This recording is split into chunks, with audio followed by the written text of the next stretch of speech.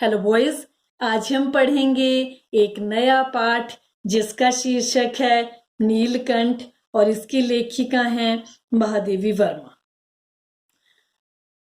इस पाठ में लेखिका ने पक्षियों के प्रति प्रेम और द्वेष का सजीव चित्रण किया है। एक दिन लेखिका एक मेहमान को स्टेशन पर पहुंचाकर पक्षियों की दुकान पर पहुंची। उस दुकान के मालिक बड़े मियाँ ने उन्हें मोर मोरनी का जोड़ा दिखाया। दोनों अभी बहुत छोटे बच्चे थे। पिंजरे में वे दोनों तीतर के बच्चों के समान लग रहे थे। उन्होंने बड़े मियाँ से दोनों पक्षी 35 रुपए में खरीद लिए। जब वे दोनों पक्षी लेकर घर पहुंची तो सबने कहा कि वे मोर की जगह तीतर ले आई है, क्योंकि वो दोनों ही बहुत छोटे थे। दुकानदार ने उन्हें ठग लिया है। यह सुनकर लेखिका चिढ़कर दोनों पक्षियों को अपने पढ़ने लिखने के कमरे में ले गई। दोनों पक्षी उनके कमरे में आजादी से घूमते रहे। जब वे लेखिका से घुल मिल गए तो लेखिका का ध्यान अपनी हरकतों से अपनी ओर खींचते। लेखिका ने उन दोनों को पक्षियों वाले बड़े जाली घर में पहुंचा दिया। नए पक्षियों को देख पुराने पक्षी उन दोनों को बड़े ध्यान से देखते हुए उनके चारों ओर घूमने लगे। मोर के बच्चे अब बड़े होने लगे थे। लेखिका ने उनका बढ़ना धीरे धीरे अपनी आंखों से बड़े करीब से देखा था। मोर के सिर की कलगी बड़ी और चमकीली हो गई थी। चोंच और तीखी हो गई थी। आंखों में नीली आभा थी। गर्दन लंबी नीले हरे रंग की थी। पंखों में चमक आने लगी थी। मोर का अपनी गर्दन को बड़े सुंदर ढंग से उपयोग करना सबको बहुत अच्छा लगता था।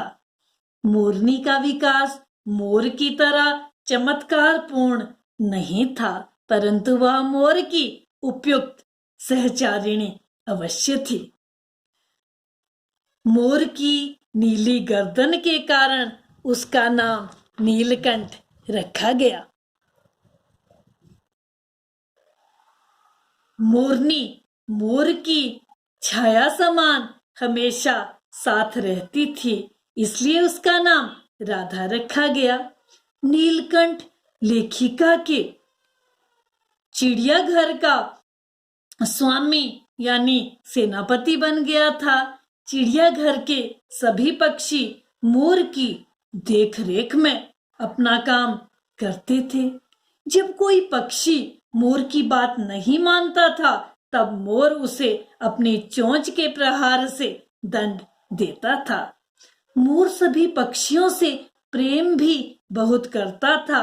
वह अपने पंखों की छाया में सभी पक्षियों को संरक्षण देता था। एक बार एक सांप ने खरगोश के बच्चे को पकड़ लिया। सांप ने जैसे ही बच्चे को निगलने का प्रयास किया, वैसे ही खरगोश का बच्चा धीमी आवाज में चिल्लाने लगा। नीलकंठ के कानों में खरगोश के बच्चे की आवाज आई। वह भागकर आया।